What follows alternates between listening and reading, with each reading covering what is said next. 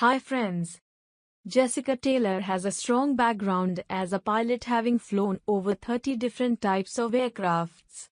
She has operated as a designated mountain airport captain and first officer for the past 5 years and has flown nationwide including Mexico and Canada.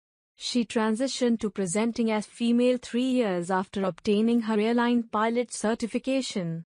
For Taylor, the move was about honesty and truth to herself and others.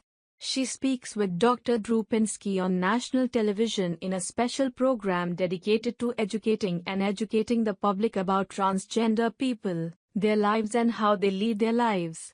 In January 2012, during a New Year celebration, I vowed to myself that no matter what the outcome would be, I would live an authentic life, Taylor says simply.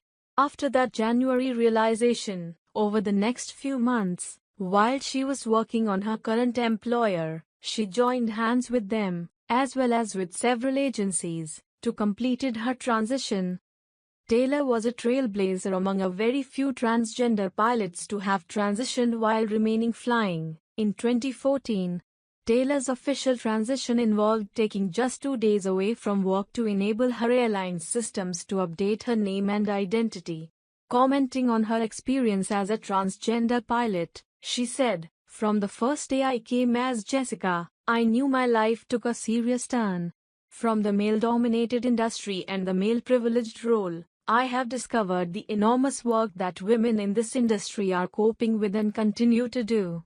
In one scenario I recall meeting a certain resistance as to my ability to operate the aircraft, and at one point having my qualifications called to the table.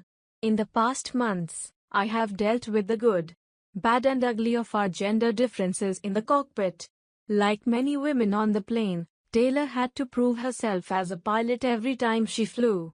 The hardest part of her transition was learning how to be a well-respected and professional woman and pilot." After transitioning, Taylor says, "In a very short time I realized that I needed to be better, more knowledgeable and more professional than my male counterparts. It seems as though I have to prove myself to each person I fly with each time I fly with them." She says living a real and open life as a trans person can be challenging, but it will pay off immensely rewarding. She considers it a privilege to reunite people with the things and places they love, to connect them with loved ones, and to be the person who welcomes them home.